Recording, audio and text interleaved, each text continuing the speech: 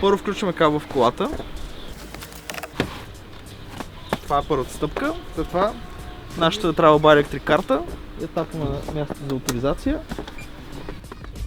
Толкова е просто. Картичка за зареждане.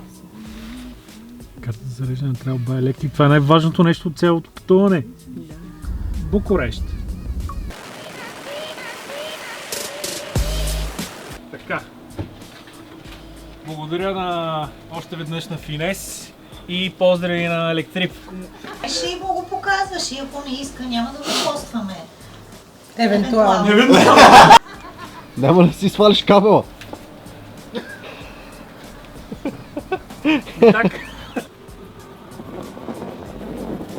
Да, ще зареждаме някъде около Плевен, да се пада първото зареждане и второто около Ботевград. Стоп. Ботевград, Правец.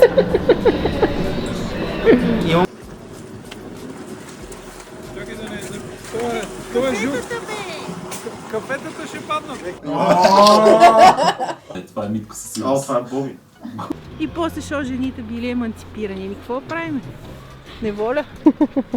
Пристигнахме Долни Дъбник с двете ни коли. В момента сме включени на две 180 кВт станции на Електрик. Всяка от колите зарежда с максималната си почти мощност на тези станции и сумарно зареждам с около 300 кВт в момента. Толкова е просто.